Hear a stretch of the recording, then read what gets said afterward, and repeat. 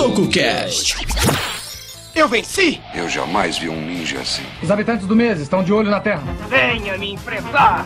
Já estou enfrentando. Será muito fácil acabar com você. Ouça bem, Jaspion. Você tem a missão de defender a paz deste universo.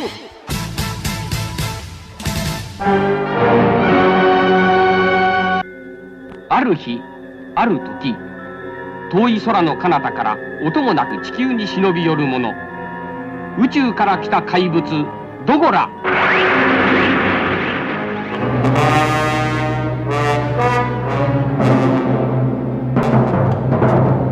Numa distribuição tokusatsu.com.br, o fantástico ou não, TokuCast está no ar. Eu sou o Gil e voltamos a falar de Kaiju em mais um filme aí da era de ouro dos filmes de Kaiju praticamente aí, que são os anos 50 e 60 na nossa modesta opinião.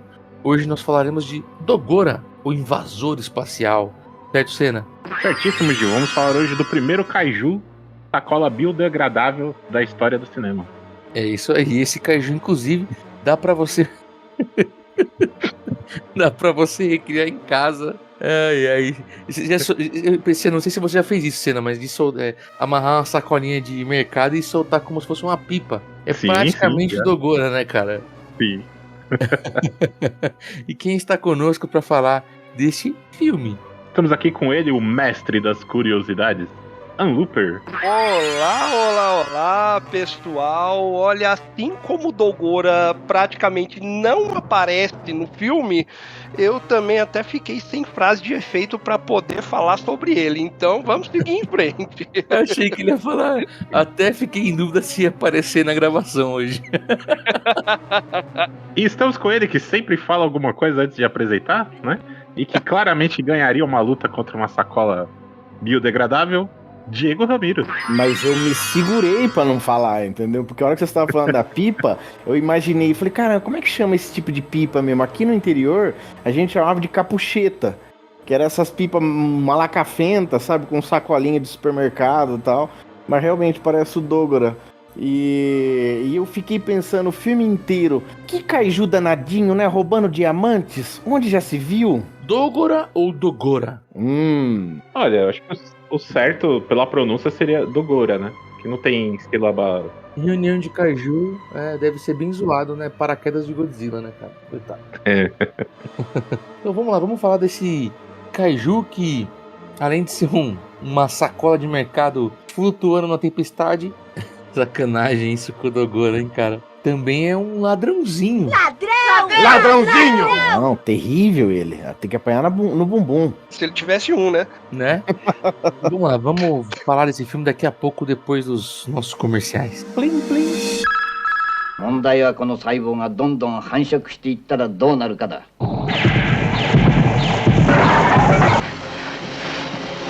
貴！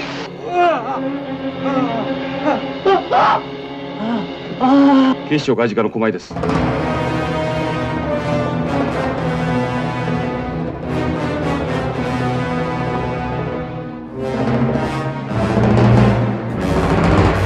Mais um filme de ficção científica de Kaiju, claro, né? E claro, mais um tokusatsu aqui pra vocês. Mais uma produção da Toho com a dupla Ishiro Honda, né? Na direção, com efeitos especiais de Eiji Tsuburaya. Um trio, na verdade, né? Porque aqui a trilha sonora, né? Ela é feita por Akira Ifukube. O trio aqui que deu vida a grandes obras como o Godzilla de 54, né? Nós estamos já contando há um bom tempo sobre os filmes do Ishiro Honda e do Eiji Tsuburaya e chegou a hora de falar do Dogora. Mas o tempo todo eu fiquei com uma questão. Vocês também ficaram? Ele é um kaiju mesmo? Que parece que é uma massa amorfa, assim, ele é meio etéreo, parece. Eu falei, será que isso é um monstro mesmo? É mais uma massa de energia. Os japoneses dizem que ele é um kaiju, se você procurar assim em japonês, você acha que muitos falam que ele é uma água-viva gigante, né? Eu lembrei disso, eu lembrei de uma anêmona, eu lembrei de uma água-viva, sabe, marinha. Os conceitos, né, iniciais era isso mesmo, água-viva, polvo, lula, estrela do mar. E aí eles optaram por não fazer esse kaiju com alguém vestido com uma roupa de borracha, apesar de ter tido uma possibilidade disso acontecer. E aí trabalharam com esse efeito prático aí de síntese óptica, né, cara? pra ter essa representatividade de um ser espacial, como até uma espécie de fantasma, até, de certa forma, né? Bem interessante. Mas como uma grande água-viva mesmo. É uma grande água-viva e ela é uma força só da natureza. E ela não tem, como ela não tem rosto, né? A gente não se identifica. Por incrível que pareça, a gente também se identifica com monstros, né? Porque eles têm expressão. E esse não, né? Isso é uma coisa que eu até senti um pouco de falta. Mas fiquei pensando se era kaiju ou não. O Chudai Kaiju Dogora, né? Ou Dogora Invasor Espacial, como ficou aqui. Acho que nos Estados Unidos ficou Space Monster Dogora, né? É um filme que chegou lá, foi lançado no Japão em 11 de agosto de 1964. Já contamos quem dirigiu, já contamos quem fez os efeitos especiais, já contamos quem fez a trilha. Vamos contar um pouquinho do roteirista aqui também. É um roteiro do Shinichi Sekisawa. Nós já citamos ele aqui algumas vezes. Cara, ele foi roteirista de Chudai Sensou, de 59, não teve Tokukashi ainda. Mas ele foi da Mothra, ele foi de King Kong vs Godzilla, a Tragon, um monte de filme de Godzilla aí, né? E você sabe de qual filme que ele participou da história? Qual? Gunhead. Olha só, ele também tava no Gunhead, né? Que tem Tokusatsu, olha só. Daqui a pouco não vai ter um filme aí, né, relacionado a Tokusatsu que não vai ter Tokusatsu, né? Vai ser uma marca de muito orgulho. É, quando a gente chegar no 1300, talvez.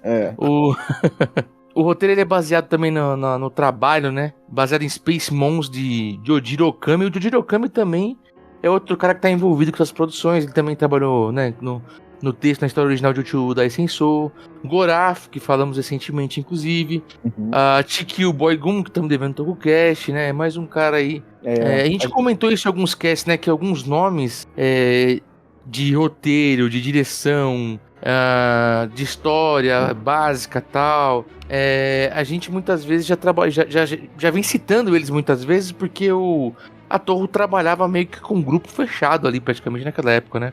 Sim, e você falou desse Chikyu Boygun, que é os bárbaros invadem a Terra, e só um parênteses aqui, se quiser cortar depois, esse é um cast que a gente tem que fazer. O monstro lá, ele parece uma galinha gigante, entendeu? De metal. Mas vamos voltar pra cá. E voltando aí pro Sekisawa, né, pra esse roteirista, que também, como eu falei, né, escreveu muito pra Godzilla, então vai acabar sendo sempre... Vai voltar pro Tokucast muitas vezes, né? Ele é um diretor bem interessante, né, porque ele trouxe pra esse filme, e aí pra deixar vocês loucos, vocês já esperam isso de mim, né? Ele trouxe pra esse filme elementos de espionagem, de detetive, vamos contar daqui a pouco, né? Porque até a parte kaiju tomar conta do enredo, o enredo do kaiju, tomar mais tempo em tela, tava rolando toda uma história de espionagem ali, de detetive, que a gente vai falar daqui a pouquinho, né? E esse roteirista, ele trabalhou com outros filmes também de ação. E aí ele foi influenciado ali pela série de 007, que tinha já começado a ganhar uma fama. E aqui é interessante porque o filme sai em agosto de 64, só que o Goldfinger, que é o filme que explode a Bond Mania, que faz o James Bond virar uma febre mundial, ele vai chegar mais ou menos em um mês depois do Dogora. Né, o Goldfinger ele estreia só em setembro de 64. Então já mostra um pouquinho desse, vamos dizer assim, desse sucesso que estava rolando já com os primeiros filmes da série de James Bond pelo mundo, né? Com espionagem. Talvez seja o que mais me marcou, o Goldfinger. Que era o que tinha muita traquitana, né, tal. Mas não é Bondcast aqui, vamos lá. É isso aí. E vou fazer um Tokucast de Goldfinger também, só pra sacanear um dia. Ótimo. E eu vou citar James Bond mais uma vez. Eu vou citar uma agora, mas eu vou citar mais uma vez também depois.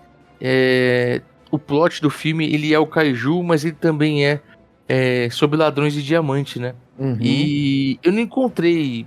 Provavelmente deve ter tido algum filme americano aí com um ladrão de diamante que deve ter ajudado a influenciar. Eu não encontrei. Mas o Ian Fleming, o criador de James Bond, ele tem um livro de 58, de 57 na verdade, né? 58 ele sai nos Estados Unidos, que chama Diamond Smugglers, que é os contrabandistas de diamante. Aí tem esse livro aí, mas só pra fazer a ligação com o diamante. E não tem nada a ver com os diamantes são eternos. Não, que os diamantes são eternos já é um livro do James Bond, né? Ah, tá. E não tinha saído o filme ainda. Os diamantes são eternos do filme saiu em 71. Então aqui também não tem influência nesse caso, né? Mas o jeito que eles fizeram também pra unir, né, o kaiju com essa plot aí dos ladrões de diamante, eu achei inventivo, ao mesmo tempo que você tem que ter uma suspensão de descrença fodida.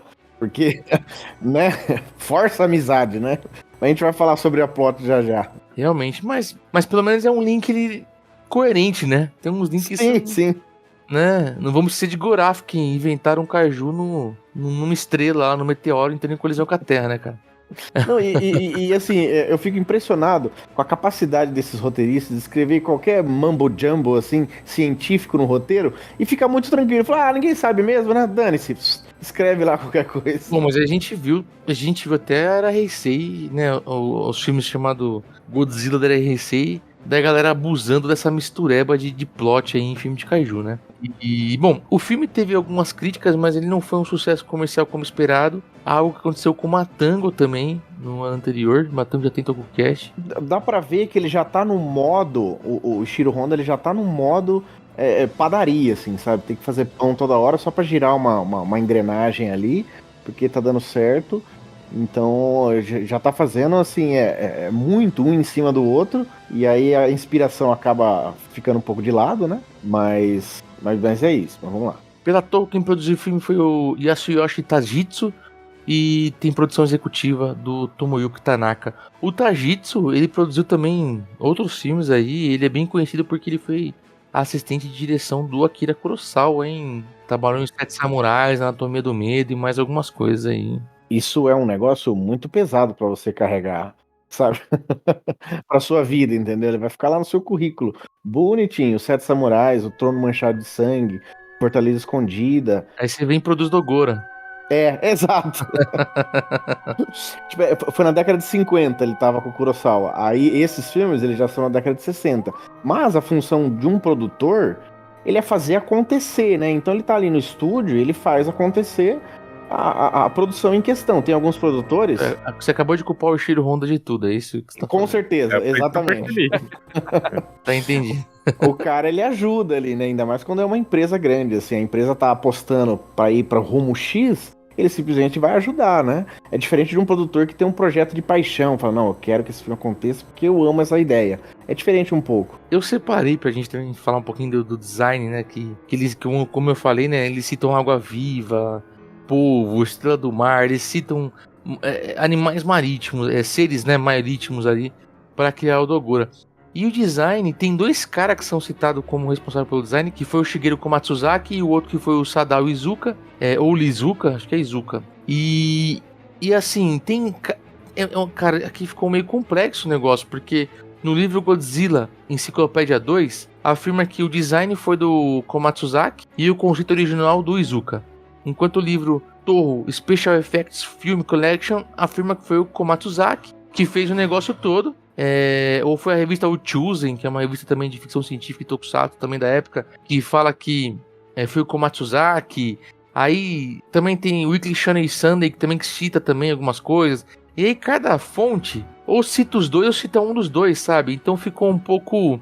A Shonen cita porque o Shigeru Komatsuzaki trabalhava lá, né? Ah, ligeiro, né? Então já se garantiu, né? Parece um pouco aquele documentário de brinquedos quando falam do He-Man, que fala quem é que criou o He-Man? Cada um puxa pra si o conceito de criação. Nesse caso aqui, agora tem que ver se estavam jogando um pro outro, porque o monstro praticamente não aparece, né? Quem criou? Foi aquele lá. Não fui eu não, foi ele ali. É que assim, quando tem alguém que pesquisa sobre pessoas, é um pouco difícil.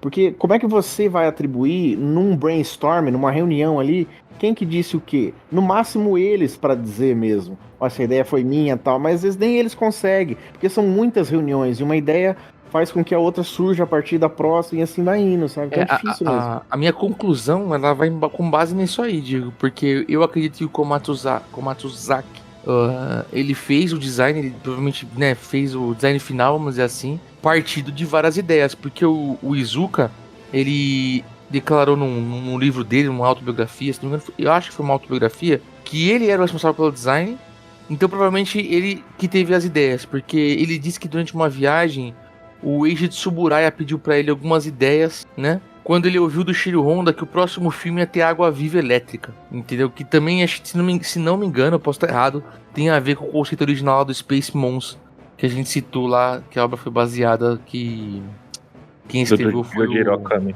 Isso aí. Legal. Mas ó a loucura disso. Esse Sadao Izuka, ele tava trabalhando nessa época muito ativamente, né, no departamento de efeitos especiais da década de 50, E até hoje ele trabalha no departamento especial, de efeito especial, desculpa. No Shin Ultraman, ele tá no departamento de efeito especial. No filme de Ultraman Orb, ele tá por lá. Até no Yamato Takeru, tá vivo. Até no Yamato Takeru, que a gente já fez cast aqui também, ele ajuda no departamento de efeito especial. Então ele deve ser um consultor sênior lá dentro, entendeu? Com o tanto de experiência que ele tem. Ah, eu acho que todo mundo que participou do filme Honda Tsuburaya tão vivo ainda, deve ser tudo cara consultor de produção aí, né, cara? Mano, Porque ele deve ser um cara muito incrível de conversar, entendeu? Porque ele participou de muitas eras de Tokusatsu. ele deve assim, ter uns sabe? 90 anos também, né? Facilmente, cara, facilmente. Mas olha a loucura disso, em 2022 ele tá ativo ainda. Legal, legal. E no cast, o cast também tem um monte de nome conhecido. Você que curte, você ouvinte que curte os nossos casts desses filmes. E eu descobri recentemente que tem até uma galera que só ouve os TokuCast desses filmes, né? Nós temos uma parcela de ouvintes. Conseguimos! Contei pra vocês, que não ouve o TokuCast por causa de Metal Hero, Super Sentai, Kamen Rider. Nós temos uma parcela de ouvintes que escutam a gente pelos filmes do Shiro Honda, pelos filmes do Kaiju Boom, por esses filmes trashes, obscuros também que às vezes a gente traz aqui. E que bom, vocês são muito bem-vindos aqui. Obrigado a todos vocês aí por não deixarem a gente sozinho falando só entre nós quatro aqui. Né? Não, eu recebi uma mensagem que a pessoa colocou a gente num trio que eu não imaginava, porque ele citou o Cine Masmorra e ele citou o Pod Trash. E citou a gente, olha cara. Aí, legal, eu fiquei extremamente emocionado, até porque eu sou ouvinte do Pod Trash, né? Olha, até eu agora, mas vamos lá.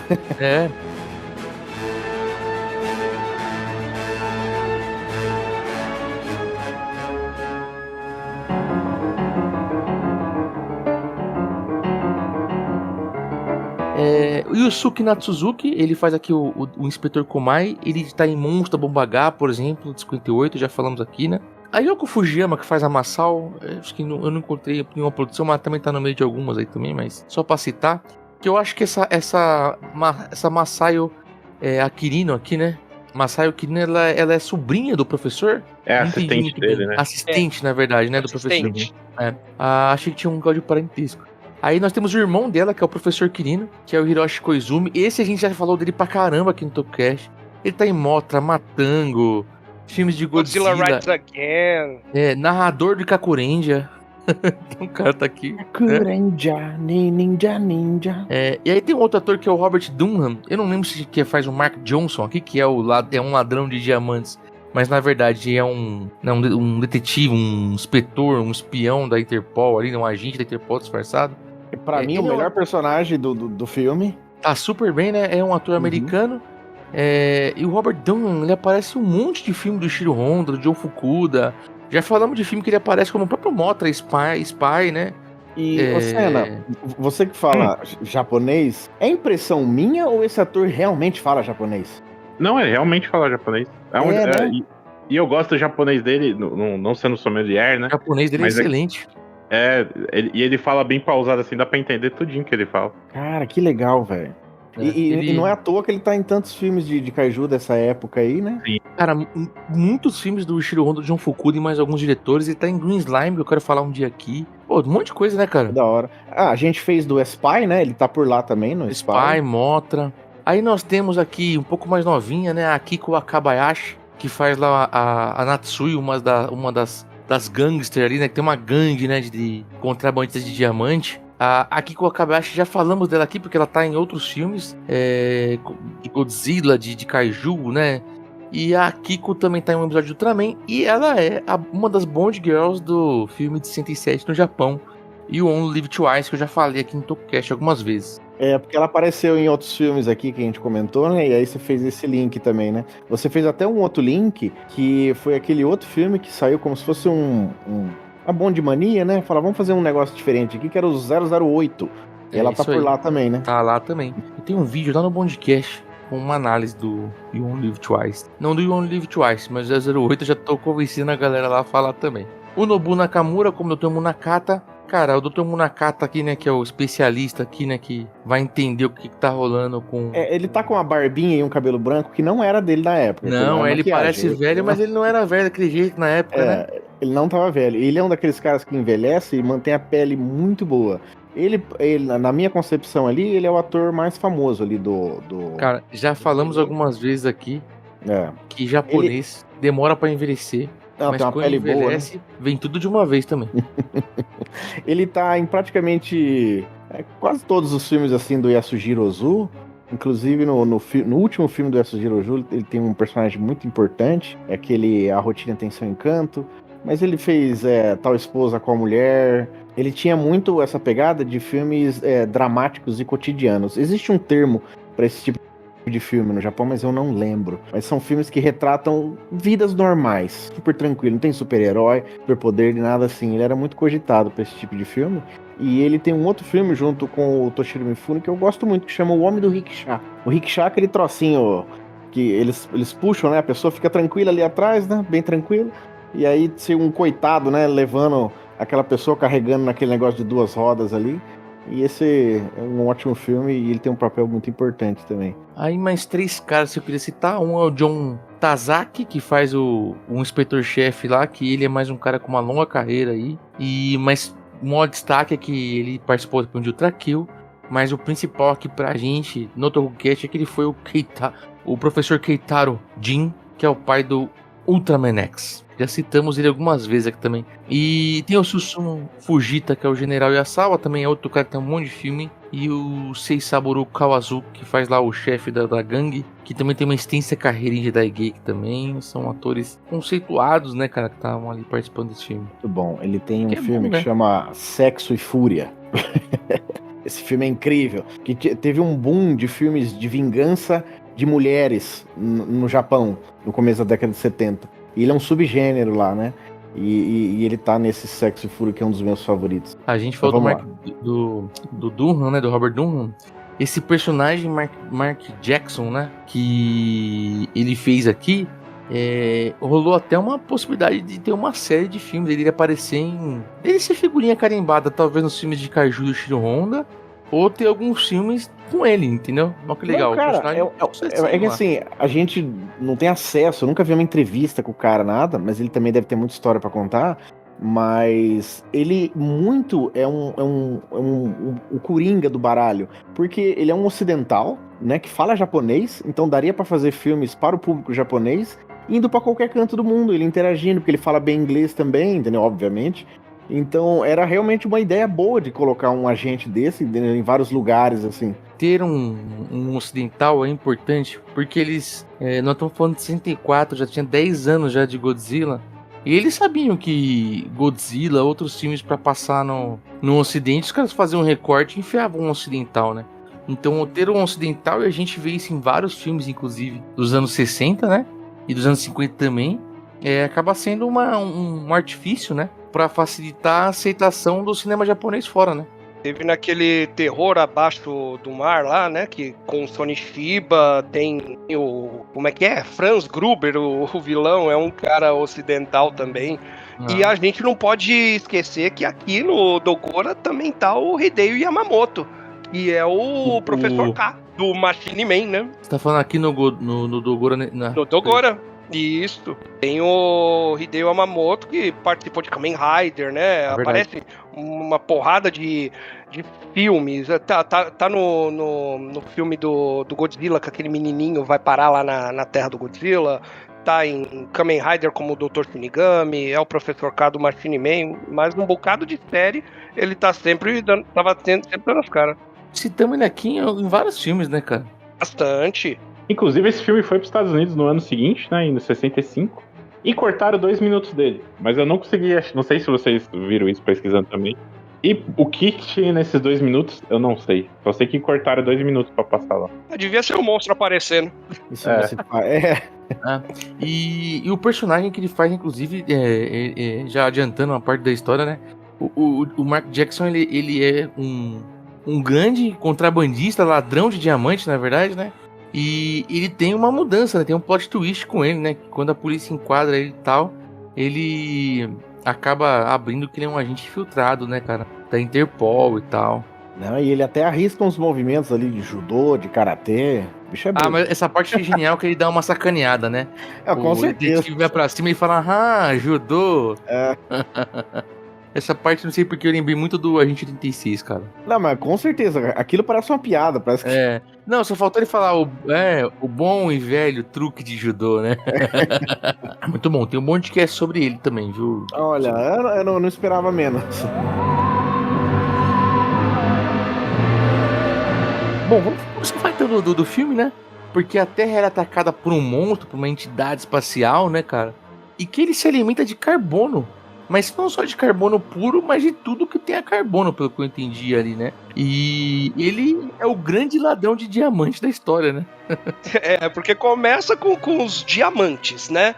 Depois ele ataca as minas de carvão também. Chega uma hora que o professor fala, né? Que a hora que acabar diamante e carbono, a gente tá ferrado, porque... basicamente as pessoas também são compostas de carbono, então a Terra toda ia ser consumida pelo bicho. O diamante é carbono puro, não é? Isso. Eu não lembro direito. É só você lembrar que o Superman pegava carvão e comprimia pra virar diamante. Ele amassava na mão lá e criava. Uhum. É importante assim que ele é uma água viva. Depois que a gente entende a forma dele, uma água viva, né? Só pra dar o formato, né? Só pra gente ter uma... só pra dar um contexto visual aí pro ouvinte. Uhum. E pra quem já viu ou pesquisar, né? Mas quando ele aparece ele suga o carvão como se fosse um aspirador ali pra onde ele tá nas nuvens, né? Na atmosfera ali, sei lá, estratosfera, onde ele tá. Mas quando é pra roubar diamante, ele aparece como se fosse uma bola de energia. Uma bola de energia. Fantasminha, né? É como se ele fosse um pedacinho dele ali, nada a ver com a forma dele original. Até se você olha, ele tem duas formas, né? Tem a forma gigantona e tem a forma que eles chamam só de célula, né? Que é essa forma menorzinha. As duas alternativas, né? Porque quando ele suga pra cima, é um negócio tá ao ar livre, né? É mais, sei lá, carvão e tal. Quando ele sente, vamos botar entre aspas aqui, quando ele sente o cheiro do diamante em tal lugar, aí ele gera essa bola de energia para derreter a parede do cofre e aí sugar por ali. É o outro meio dele poder roubar, se alimentar. Mas esse ponto também que você falou dos seres humanos também explica também alguns momentos do filme que os humanos ficam flutuando, né? Mas acabam não sendo sugados, né? Que é uma cena absolutamente incrível, né? Que o mendigo tá quieto na rua dele. Não sei se é um mendigo ou um bêbado só, né? Porque ele era um bêbado, ele tava com terno. Ele tava... Era um trabalhador que teve um dia ruim, começou a beber. Aí ele tava abraçadinho na garrafa dele lá. Aí o Dogora começa a chupar tudo, né? E ele vai indo. Ele continua cantando, entendeu? E tá flutuando, indo embora, assim. Porque o filme é assim, né? Você tem aquela dupla de detetive seguindo o Mark Jackson, que se envolve também com o professor. Até tem uma parte do filme que o chefe lá, o inspetor-chefe, fala assim: eu não sabia que você virou cientista, sei lá, que ele zoou o cara, porque o Mark Jackson tá aí rodando por aí e você tá aí perdendo tempo sobre esses fenômenos aí, né, cara? Porque existem gangues que roubam diamantes, aí existe uma força, que são os diamantes G-Man, que detém essas gangues que roubam diamantes, tem a polícia ali tentando fazer essa contenção, entendeu? E tem um monstro gigante roubando os diamantes de quem rouba diamante. É um negócio interessante essa plot. E tem diamantes falsos também no meio, né? Que é o que acontece. É o que mais tem. O trabalho de diamante de açúcar. Aí o monstro não gosta. O monstro não gosta de diamante falso. Ele fala, eco, isso aqui não é carbono. Cara, é engraçado que no filme também o Munakata lá, o professor, e o outro doutor lá, o irmão da minha, falam só pra poder fazer o roteiro rodar também, porque não tem muito o que falar, né, cara? Você tem aquelas partes de roteiro que estão lá só pra poder fazer o negócio de ter desfecho, que é a parte das vespas, das abelhas, né? Alguém entendeu qual que é o conceito? Sim, o veneno das vespas machuca ele, dá dano nele. Como? Não, porque assim, ele sugou junto vespas, né? E essas vespas machucaram ele. Não, eu entendi o raciocínio que o cientista teve, que é o que você tá me explicando agora. Você quer que a gente explique pra você, cientificamente, como o veneno de uma vespa machuca um ser que não existe? Isso, eu quero. De brincadeira. O Diego tá sendo igual o Tom Clancy falava que, diferente da realidade, a ficção precisa fazer sentido, né? Não, é uma ótima frase dele. Não conhecia essa frase. Mas assim, tem horas assim que vocês têm uns Mas, Diego, é só você imaginar. Imagina uma sacola voando várias vezes pra furando a sacola. Droga. Eu achei que vocês iam me explicar, gente. O que tinha no veneno da abelha, entendeu? Que machucava ele. Não tinha nada, cara. É difícil dizer. Porque o próprio filme não explica. O primeiro, que o doutor explica que, na verdade, esse é um monstro que vive na atmosfera, certo? Se alimenta de carbono. Mas o nome do filme é um monstro espacial? Não, ele veio do espaço, ele veio parar na atmosfera, né? Porque no começo sim, sim. O negócio chegando, né? Não dá pra saber se ele é senciente também, né? Se ele tem autoconsciência, né? Realmente não. Não dá pra saber. Não se explora muito isso, né? E seria um ponto legal, né? De ser explorado, né? Eu só acho divertido que assim, se tem um monstro gigante ali no céu, né? Um Cthulhu espacial. É um Cthulhu, verdade. E os bandidos continuam preocupados com os diamantes ali, é uma barata. Eles estão no modo foda-se, né? O que importa é minha conta bancária. Tem a parte do filme que o exército vai lá, né, com a ajuda desse entendimento aí do doutor em relação ao veneno das vespas, pra bombardear pra bombardear o monstro direto na atmosfera, né, tirando de baixo pra cima aqui. O que é interessante porque, assim, apesar de eu considerar, já adiantando um pouco das minhas considerações finais, um filme até fraco, ele tem os mesmos elementos de outros filmes de Kaiju, mas ao invés do Kaiju estar aqui pisando nas coisas, ele tá lá no alto, né, cara? Isso eu achei bem legal, né? E apesar de não utilizar tanto do que a gente tá acostumado a ver com o Enji Tsuburaya, eu achei que foi bem feito até, foi bem construído essa imagem no céu, né, cara? É uma das poucas coisas ainda que até que funciona no filme, porque parece que o Honda ele ficou meio perdido no que fazer, porque ele já viu que os efeitos especiais não iam ser o de sempre, ia ser fraco, tal, né? Então, para tentar garantir, pelo menos, ou o filme vai andar de alguma forma, ele focou mais na parte da ação, né? Do povo roubando lá, o espionagem. A parte humana da ganância, né? Acho que mas provavelmente o roteiro focou nisso aí, né, cara? Porque o monstro em si não é nada no roteiro, né, cara? Mas assim, ele sabia que ia ter, entre aspas, um monstro gigante. E teve que focar em outra coisa, diferente do Matango. O Matango, ele também foca na parte humana, mas os monstros até que foi possível realizar um pouco mais, porque eram de tamanho humanoide, né? Então não tinha tanto problema. Pega o Goraf como exemplo, que é um filme que os caras resolveram meter um kaiju lá no meio, lá, porque tava faltando um kaiju, cara. Mais um meteoro ali, né? E aí botou um kaiju ali pra aparecer 2 minutos, mas ele, entre aspas, funcionou mais do que o Dogora.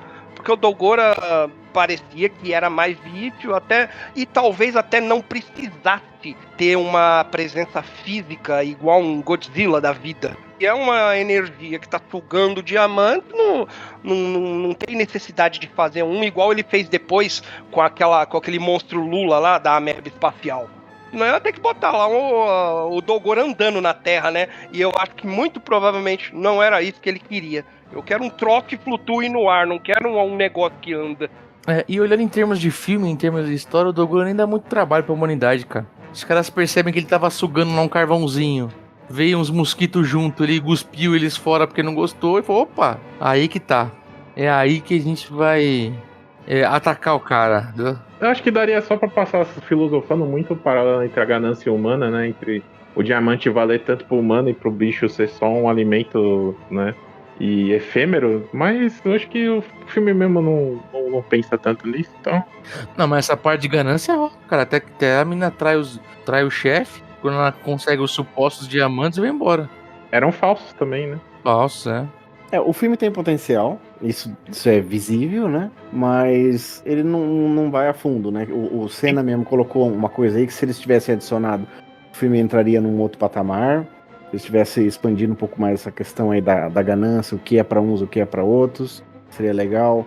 Se o Dogora tivesse uma consciência, também seria uma coisa mais interessante.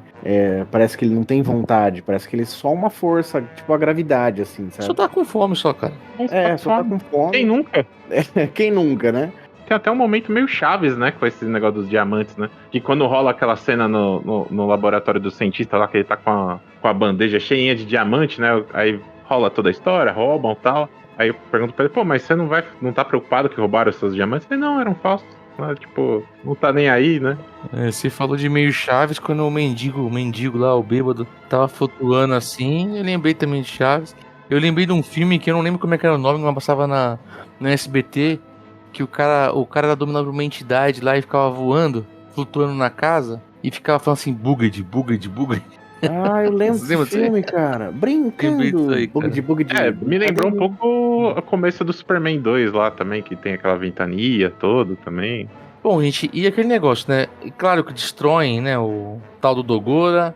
É claro que os bandidos são praticamente mortos, né, cara, com o arroto do Dogora, né? Porque o Dogora praticamente começa a vomitar, né, o carvão, né, de volta aqui pra terra. E cai em cima dos bandidos. E aí o final é bonitinho. O Mark indo embora, né? E o detetive agradecendo ali e tal, trocando umas palavras. E o professor Munakata indo pra dar uma palestra na ONU. Por que não? Sem alívio romântico, né? Sem nada. Sem o corpo do monstro. Se não tem corpo, não morreu, hein, cara? Então você já sabe, né? Será que vai ter o 2? Não sei, faz tempo, né, cara? Estamos aguardando. O 2 não, mas o Dogora, de certa forma, faz parte do universo daquele Godzilla animação da Netflix, né? Porque ele aparece em uma das animações, né? Ele ataca Londres, né? Mostra que no passado da série ele atacou Londres e tal. E o visual dele é bem bonitão, inclusive. E é isso, né, cara? Zé Fini. Né? Nós estamos falando de 64, cara. Já tá arrumando aí pro final da parceria Ishiro Honda e Eiji Tsuburaya, né? Depois desse filme tem mais o que deles dois? Porque daqui a pouco, 65, né? O Tsuburaya vai focar lá com o trabalho da Tsuburaya Pro, com o Ultra Q e depois com o Ultraman e Ultra Sério. Depois desse tem que é no mesmo ano, na verdade. Tem o Ghidorah, tem o Baragon, o outro filme do Ghidorah, né? Que é a Invasão do Astro Monster, né? Que é a continuação. Tem mais alguns ainda. O Ishiro Honda, ele continua trabalhando por um bom tempo, inclusive. Sim. Né, cara, ele vai dirigir outros filmes como Bye Bye Júpiter, que um dia eu já prometi já algumas vezes que vai ter TokuCast. Você vai ver, porque o Ishiro Honda morre em 93, né, em 93, se não me engano, né. O Tsuburaya que, infelizmente, deixa o mundo mais cedo, né. Ainda tem no mesmo filme aí, um pouco depois, ainda tem a Guerra dos Gargantas, tem o Ibirá, o Monstro Camarão, lá, que era pra ser um filme do Godzilla, era pra ser um filme do King Kong, e largaram mão e botaram o Godzilla no lugar. Depois tem o King Kong Capes, tem o Latitude Zero, ainda fizeram mais algumas coisinhas ainda. O Ishiro Honda, o fim da carreira dele foi trabalhando com o Akira Kurosawa. Ele dirigiu um segmento daquele filme que chama Sonhos, do Kurosawa. Tem um pedacinho ali que ele que dirige. E ele ajudou na direção também do Madadayo. Madadayo, Madadakai. É um filme muito bonito sobre professores e alunos. E aí depois ele morre. O filme sai nesse ano, Madadayo. Então ele deve ter ajudado ali, porque eles eram amigos de longa data, né? Mas ele acho que não tinha mais saúde para dirigir um filme inteiro e coordenar tudo. Então ele tava ajudando, pequenos pedaços, assim e tal. Eu acho que foi um bom fim de carreira esses dois filmes. Ah, sim, ó. Eu acho que é até 69, mais ou menos, que eles têm trabalho juntos ainda. Então tava arrumando pro final pelo Nomute, ainda teve muito filme ainda. Temos muito mais pra falar de Ishiro Honda e de Tsuburaya aqui no TokuCast, hein?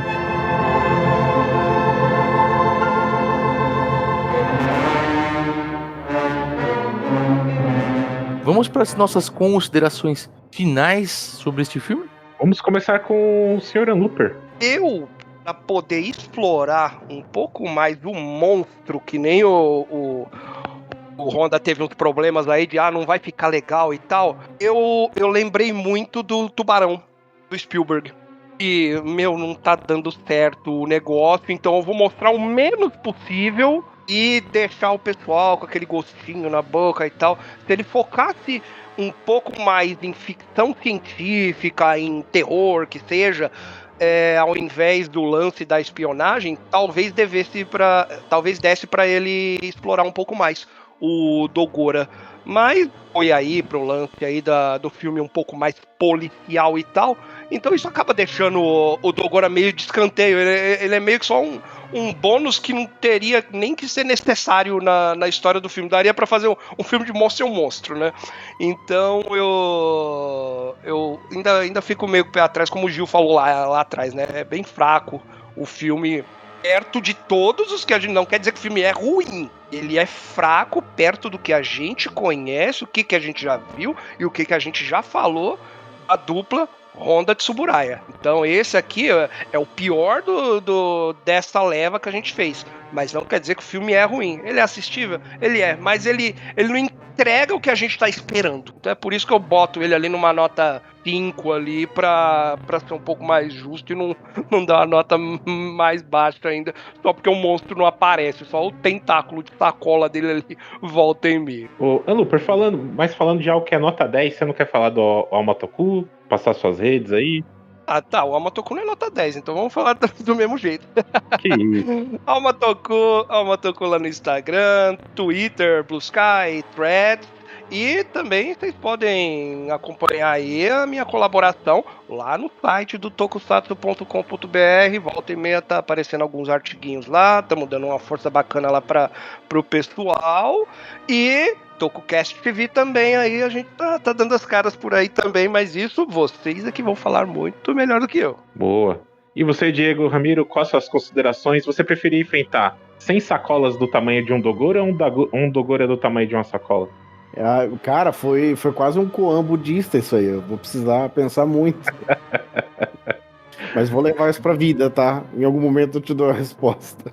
Mas, cara, eu compartilho com o Luper a opinião. Ele foi um filme fraco, infelizmente, porque eu sinto que a produção ela precisava ser rápida e eles precisavam entregar mais daquilo que tava no auge, entendeu? Então, como é que a gente faz um filme que seja um pouco mais rápido de filmar, que os efeitos demoram muito? Então, obviamente que eles tiveram que entender como eles iam fazer a sacola voadora. Deve ter sido com uma lona ali, algum efeito e tal. E esse vai ser o único problema que a gente vai ter na produção. O resto vai ser muito rápido. Então eu senti muito isso. Ele nem é um ótimo filme de espionagem, mas poderia ser. E também não é um ótimo filme de kaiju, pelos motivos que o Luper já falou, que o kaiju aparece muito pouco. E eu citei aqui também que ele não tem uma personalidade. A gente não consegue se identificar com ele, entendeu? Ele é muito etéreo. Ele é realmente que nem a força da gravidade, sabe? Então, assim, você se identifica com a força da gravidade, você torce por ela, não tem como. Então, tinha ideias boas ali. A gente falou aqui também que poderia falar um pouco mais sobre a ganância humana, expandir alguns temas ali na parte, no núcleo humano, mas também não fizeram. Então, infelizmente, foi um filme nota 5. Porque não é um filme mal feito. Ele só não é full power naquilo que a gente gostaria que ele fosse. Boa. Quer deixar suas redes? Não, vocês me encontram por aqui mesmo. Padaria Paraíso ainda? Não, fechou, você acredita, cara? Não acredito. E aí, o café no cone de sorvete? Não, lá tá top ainda, que é a Bruna Rapini, que inclusive ela tá grávida, entendeu? Um abraço pra ela nunca vai ouvir isso aqui. Mas a Padaria Paraíso fechou, entendeu? Dogora. Volta pro Dogora. E você, Gilzão, pra fechar aí? Cara, minha opinião ela é uma mescla aí do que o Diego e do que o Luper falaram, né? Eu acho que o filme ele é bem feito. Ele tem a traminha até bem amarrada, até diferente de outros filmes assim, que a gente já viu, já comentou aqui. Mas ele é fraco, né? O mais legal é saber mais sobre o Mark Jackson, que é um personagem aleatório no filme, basicamente, do que sobre os detetives que estão investigando ele, do que sobre a gangue de ladrões de diamante, do que sobre o professor Munakata lá estudando qualquer coisa, do que o Dogoro atacando, né? O plot do diamante é mais divertido do que o resto, né? Quando o Dogoro aparece, realmente é bem legal. Se ele fosse melhor explorado, talvez fosse um dos melhores kaijus aí, cara, do Kaiju Boom, porque ele, exatamente por ele ser diferente, né, do padrão, né, de um pseudo-dinossauro, sabe, entendeu? Então, uma pena que o filme poderia ter sido grandioso e acabou sendo um filme, né, fraco, né, cara? Que a gente gosta muito de dar nota aqui, né? Mas eu daria um 6 aí, mas 6 por isso, assim, sabe? Porque o filme não é ruim, vale muito a pena a galera que não conhece o Dogoro ir lá assistir, né, cara? Muito legal. Mas poderia ter sido bem melhor. E você, Senna? É muito difícil ficar no fim, né? Porque vocês já falaram tudo de bom, né? Você falou do Mark, né? Cara, o cara é o Batman, né? O cara tem preparo pra tudo, né? O cara se hospeda no hotel, mas precisa sair, deixa uma pessoa atender no telefone lá pra parecer que tem alguém no hotel ainda, né? O cara tá sempre 5 passos antes, né? Realmente ele é uma das melhores partes do filme.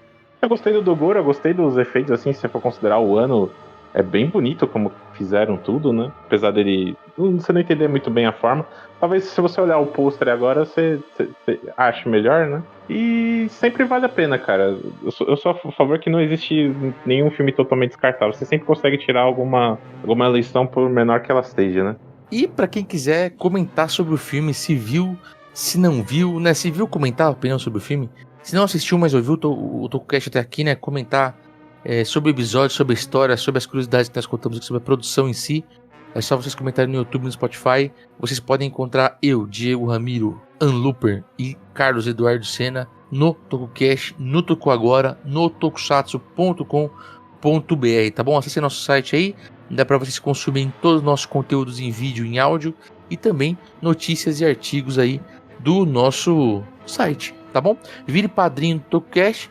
Você apoiando o TokuCast, você vai participar de grupos exclusivos, vai ouvir TokuCast antecipado, vai pegar vários spoilers e coisas legais sobre outras coisas de nossos conteúdos, vai ter a Toku Universo, nossa revista digital para mobile aí 100% exclusiva para os apoiadores do nosso Catarse, tá bom?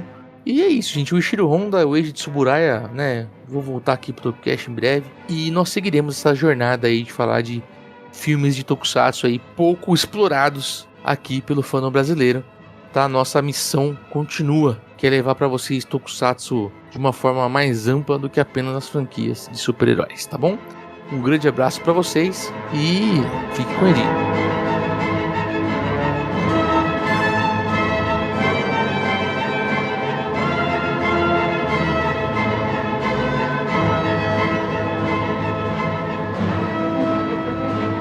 Como é que chamava esse tipo de pipa na região de vocês? Porque em cada região tem um nome, né? Cara, pipa é pipa, né? Aí você tem papagaio, peixinho, capuchinho. Maranhão. Maranhão. Aí são formatos de pipa, né? Pipa é o gênero. É que nem a bola de gude, né? Eu morei em Extrema, em Minas Gerais, e lá falava fubeca. Não, mas aqui também fala fubeca em São Paulo. Fubeca? Então, mas aí são dois nomes para a mesma coisa. Quando você fala pipa, o papagaio ele é um formato, o peixinho é um formato, o maranhão é um formato, a raia é um formato, capucheta é um formato, entendeu? Aqui, pelo menos, eu aprendi assim, porque eu só tava pipa quando era criança. A pipa é a família, entendeu? Sim. Não sei se eu expliquei bem, mas depois não, foi uma ótima explicação de pipas. TokuCast também é cultura.